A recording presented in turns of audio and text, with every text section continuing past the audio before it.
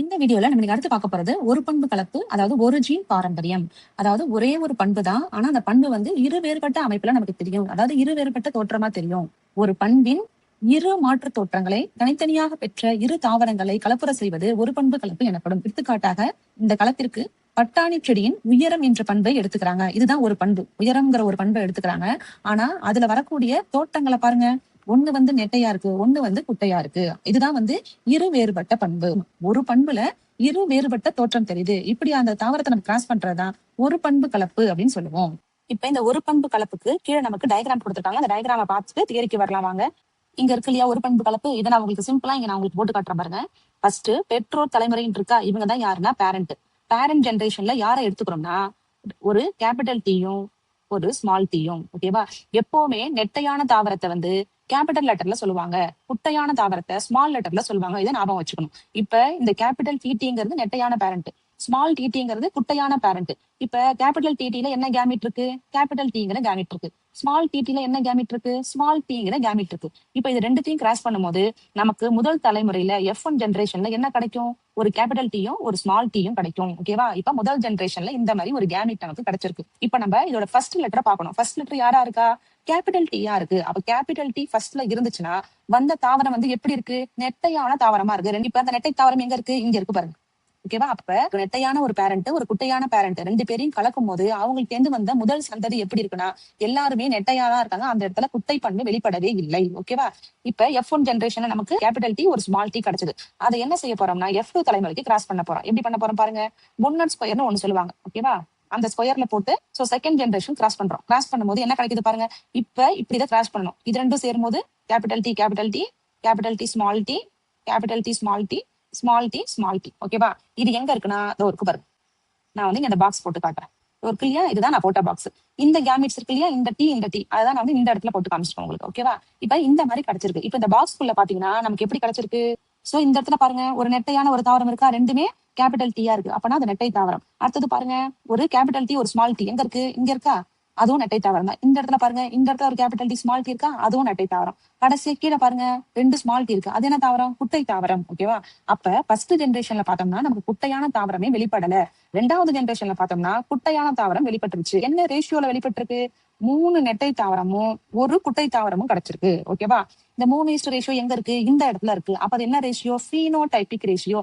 பீனோடைப்னா புறத்தோற்றம். புறத்தோற்றமா பார்க்கும்போது 3 உயரமான பிளான்ட்டும் குள்ளமான பிளான்ட்டும் கிடைச்சிருக்கு. அப்ப அது என்ன ரேஷியோ, 3:1. அடுத்தது அந்த ஜீன் வைஸ் பாத்தீங்கன்னா நமக்கு எப்படி இருக்கு, கேபிட்டல் டிங்கிறது 1 இருக்கு, கேபிட்டல் டீயும் ஸ்மால் டீயும் கலந்தது 2 இருக்கு, ஸ்மால் டி மட்டும் இருக்கிறது 1 இருக்கு. அப்ப 1:2:1 இந்த ரேஷியோல இருக்கு.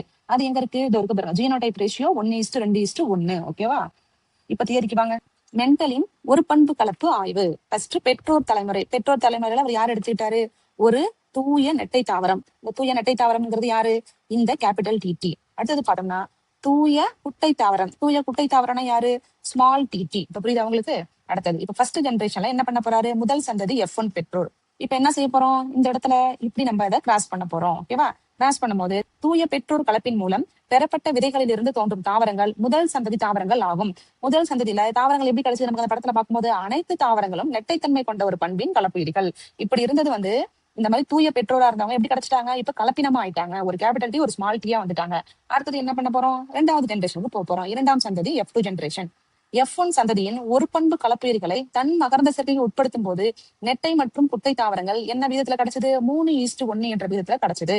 அவை 787 நெட்டை தாவரமும் 277 குட்டை தாவரமும் அவருக்கு கிடைச்சிருக்கு. ஒரு குறிப்பிட்ட பண்பின் வெளித்தோற்றத்தை புறத்தோற்றம் என்கிறோம். அதாவது பீனோடைப். புறத்தோற்றத்தை பார்க்கும்போது 3 தாவரம் உயரமாவும் ஒரு தாவரமும் குள்ளமாவும் கிடைச்சிருக்கு. இப்ப செகண்ட் ஜெனரேஷன்ல நமக்கு எத்தனை வகையான பிளான்ட் கிடைச்சது, 3 வகையான பிளான்ட். அந்த 3 வகையான பிளான்ட் என்னது, இப்படி ஒரு பிளான்ட் கிடைச்சதா, இப்படி ஒரு பிளான்ட் கிடைச்சதா, இப்படி ஒரு பிளான்ட் கிடைச்சதா, இதுல 1 கிடைச்சது, இதுல 2 கிடைச்சது, இதுல 1 கிடைச்சது. ஓகேவா? அததான் பாருங்க. இப்ப F2 சந்ததியில் 3 வகையான தாவரங்கள் தோன்றின. அவை கலப்பற்ற நெட்டை அப்படின்னா ரெண்டுமே கேபிட்டல் டீயா இருக்கணும். அதாவது ஹோமோசைகஸ். ஒரே மாதிரியான லெட்டர் இருந்துச்சுன்னா ஹோமோசைகஸ். ரெண்டுமே கேபிட்டல் டீயா இருக்கு, அதுல நமக்கு 1 கிடைச்சது. அடுத்தது கலப்பின நெட்டை. கலப்பின நெட்டைனா ஃபர்ஸ்ட் கேபிட்டல் டீயும் ரெண்டாவது ஸ்மால் டீயும் இருந்துச்சு. அதாவது ஹெட்ரோசைகஸ். ஒரே மாதிரி லெட்டர் இருந்துச்சுன்னா ஹோமோசைகஸ், 2 டிஃபரெண்ட் லெட்டர் இருந்துச்சுன்னா ஹெட்ரோசைகஸ். அதுல 2 கிடைச்சது. மூணாவது கலப்பற்ற குட்டை, ரெண்டுமே ஸ்மால் டீயா இருந்துச்சு. அதுல எத்தனை கிடைச்சது? 1 கிடைச்சது. தாவரங்களின் ஜீனாக்கம் ஜீனோடைப் எனப்படும். ஒரு பண்பு கலப்பின் ஜீனாக்க விகிதம் 1:2:1 இந்த விகிதத்துல நமக்கு கிடைச்சது. சோ இதுல இருந்து அந்த ஒரு பண்பு கலப்புல இருந்து மென்டல் நமக்கு என்ன விளக்குறாரு பாருங்க. மென்டல் தன் ஆய்வின் முடிவில் காரணிகள் ஒரு தலைமுறையிலிருந்து மற்றொரு தலைமுறைக்கு கடத்தப்படுவதை கண்டறிந்தார். ஃபர்ஸ்ட் ஜென்ரேஷன்ல அந்த சந்ததி நெட்டையா தான் இருந்துச்சு. ஆனா 2வது ஜென்ரேஷனுக்கு போகும்போது நெட்டை தாவரம், குட்டை தாவரம், கலப்பின ஜீன்கள் எல்லாமே வந்துச்சு.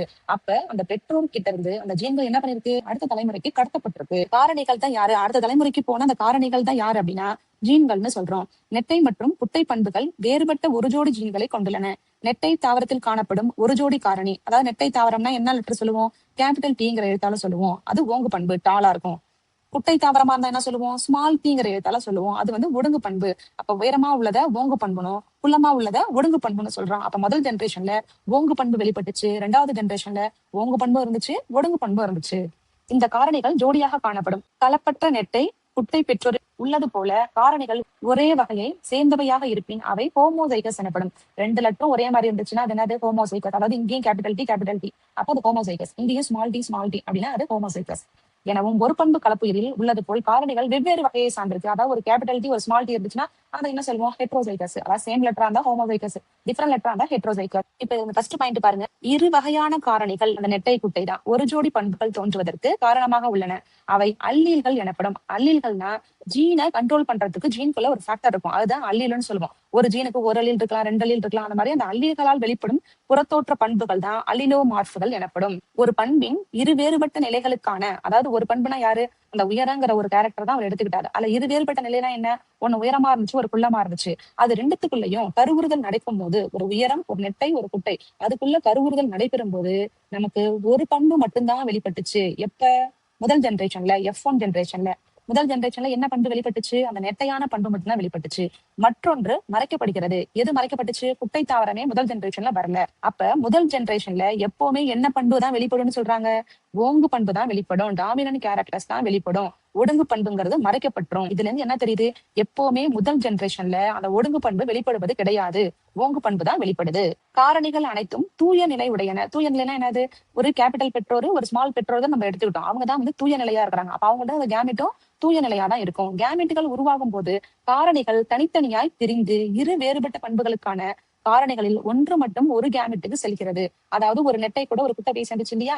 அதாவது கேபிட்டல் டி ஸ்மால் டி நமக்கு கிடைச்சது இல்ல, அதுதான் அது. நெட்டை டி, குட்டை ஸ்மால் டி தன்மைக்குரிய காரணியாக தனித்தனியாக உள்ளது. அதாவது நமக்கு செகண்ட் ஜென்ரேஷன்ல பார்த்தோம்னா அந்த தூய பேரண்ட்டும் கிடைச்சாங்க. ஓகேவா? இதுதான் தூய பேரண்ட். அப்புறம் இந்த மாதிரி கலப்பின ஜீனும் கிடைச்சது. அப்ப என்னதான் நம்ம அதை கலப்பினம் பண்ணாலும் ஏதோ ஒரு ஜென்ரேஷன்ல நமக்கு என்ன கிடைச்சிருது? அந்த பெற்றோர் மாதிரியே அந்த தூய வழி ஜீன் நமக்கு கிடைச்சிருது. முதல் சந்ததி கலப்புயிரில் தன் மகர்ந்த சேர்க்கை நடைபெறும் போது இவ்விரு காரணிகளும் பிரிந்து பின்பு இப்ப நமக்கு ஃபர்ஸ்ட் ஜென்ரேஷன்ல என்ன கிடைச்சது?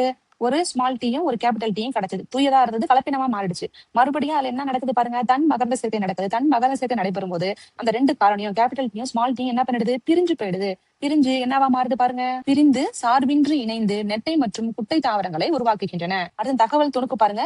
புன்னட் கட்டம்ங்கிறது இங்க டிக் பண்ணி காட்டுறாங்க. இதுதான் ஓகேவா? அந்த கட்டமா போட்டிருக்கோம் இல்லையா? அதுதான் புன்னட் கட்டம். அதை கண்டுபிடிச்சவர் பார்த்தோம்னா RC புன்னட்ங்கிற சயின்டிஸ்டால கண்டுபிடிக்கப்பட்டதுனால அந்த கட்டத்துக்கு புன்னட் கட்டம்னு பேர் வச்சிருக்காங்க. சோ அந்த புன்னட் கட்டம் எதுக்காக கண்டுபிடிச்சிருக்காங்கன்னா மரபியல் கலப்பில் ஜீனோடைப் எவ்வாறு உருவாகிறது என்பதை தெரிந்து கொள்ளும் ஒரு வரைபட முறையாகும்.